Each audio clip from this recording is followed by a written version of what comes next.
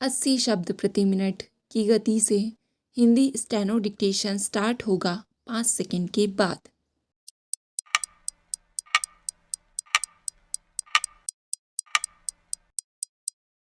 Start. प्रधानमंत्री नरेंद्र मोदी 2024 के आम चुनावों में अपनी जीत न केवल पक्की मान चुके हैं, बल्कि वे बार बार इसका दावा भी कर रहे हैं। गत सप्ताह केंद्रीय मंत्रिमंडल की बैठक में उन्होंने एक महत्वपूर्ण नीतिगत परिवर्तन करते हुए अंतरिक्ष सेक्टर में 100% FDI की मंजूरी की घोषणा की। उन्होंने अपने मंत्रियों से कहा कि वे अपने अगले कार्यकाल के पहले 100 दिनों के लिए एजेंडा तैयार करना शुरू कर दें। इसलिए हमें लगता है कि हम भी उनसे अपनी मांगों की लिस्ट तैयार कर लें। पहली तो यही कि OBC को आरक्षण देने के सवाल पर अंतिम फैसला कर लेना चाहिए।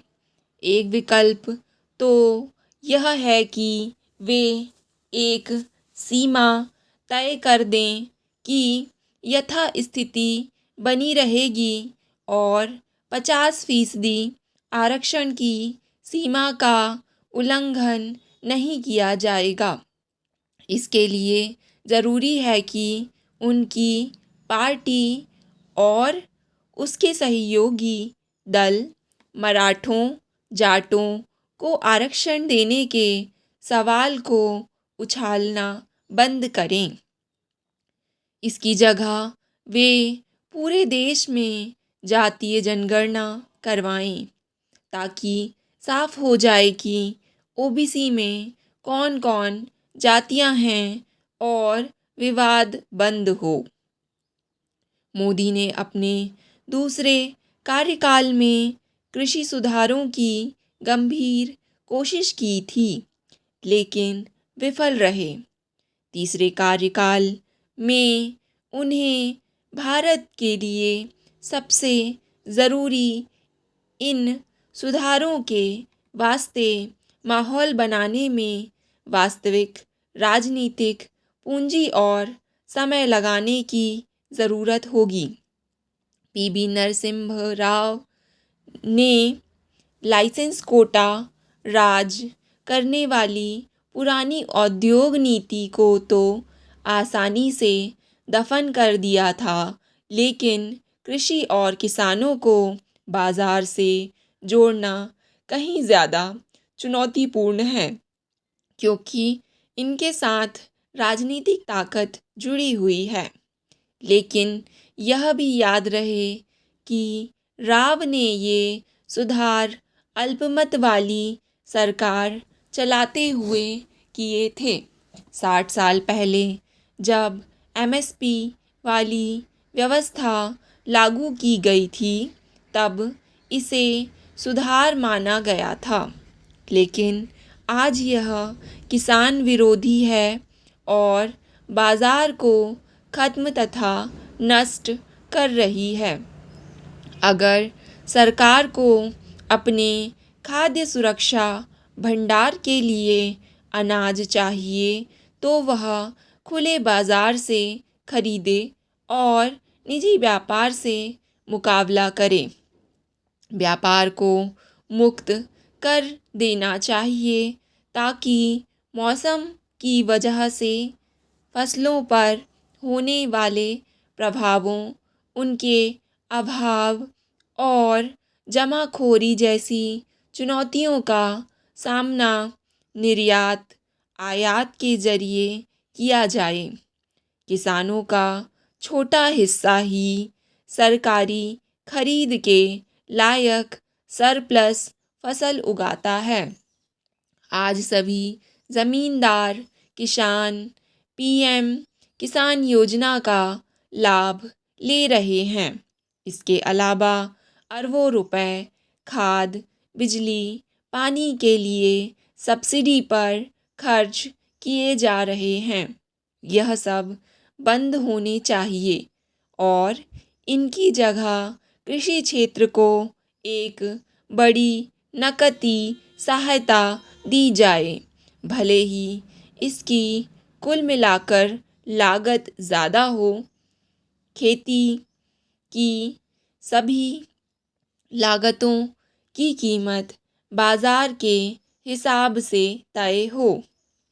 ऐसा करने से तमाम तरह की एजेंसियां खत्म होंगी, कार्यकुशलता बढ़ेगी और पर्यावरण, खासकर भूजल के स्तर का जो विनाश हो रहा है वह रुकेगा। गरीबों के लिए जारी सभी सहायता कार्यक्रमों को बंद करके सबके लिए एक मूल आय की व्यवस्था की जाए। इन कार्यक्रमों में मनरेगा, NFSA के तहत मुफ्त अनाज, रसोई गैस सब्सिडी आदि सभी शामिल हैं। तीसरी बार बहुमत से सत्ता में आने वाली सरकार को यह तो करना ही चाहिए। न्यूनतम सरकार अधिनियम शासन का वादा तो याद रहना ही चाहिए। अब मैं अगर यह कहूँ कि UPSC आज जिस रूप में है उसे खत्म कर देना चाहिए तो आप चीखने लगेंगे, मगर यह शीर्ष स्तर की सरकारी नौकरियों में भर्ती की यांत्रिक रटंतु व्यवस्था बनकर रह गई है। प्रतियोगिता तो साफ सुथरी है, लेकिन इस सिस्टम पर सैकड़ों करोड़ वाली दर्जनों कोचिंग एकेडमियों का ग्रहण लगा है।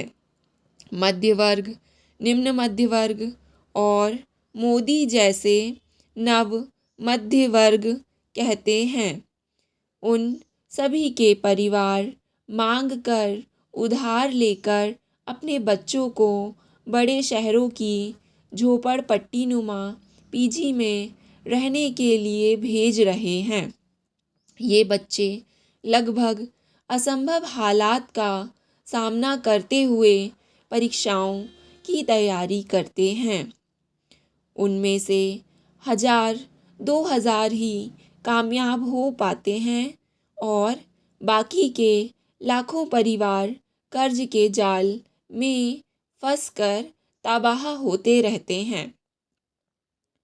कुल मिलाकर यह निम्न मध्य वर्ग परिवारों द्वारा जुटाए गए पैसे का निजी निवेश से शुरू किए गए कोचिंग व्यवसाय में विशाल पैमाने पर स्थानांतरण ही है। यह रटकर परीक्षा पास करने और नया कुछ करने की प्रवृत्ति को मार डालने वाली जड़ हो चुकी व्यवस्था में सुधार का भी मामला है। अगर प्रधानमंत्री मोदी अपने पहले कार्यक्रम में योजना आयोग और रेल बजट को खत्म कर सकते हैं और दूसरे कार्यक्रम में सेना में भर्ती की व्यवस्था को बदलकर अग्निवीर व्यवस्था लागू कर सकते हैं, तो यह क्यों नहीं कर सकते। अब राजनीतिक सुधारों की बात करें। दल बदल विरोधी कानून को खत्म किया जाए। हम जिस तरह से भ्रष्टाचार और तिकड़म देख चुके हैं, उससे साफ है कि कानूनों से फ़र्क नहीं पड़ रहा। वे खरीद फरोख्त को रोकने की जगह उसे बढ़ावा ही देते हैं। दलों पर ही छोड़ दिया जाए कि वे अपना घर संभालें।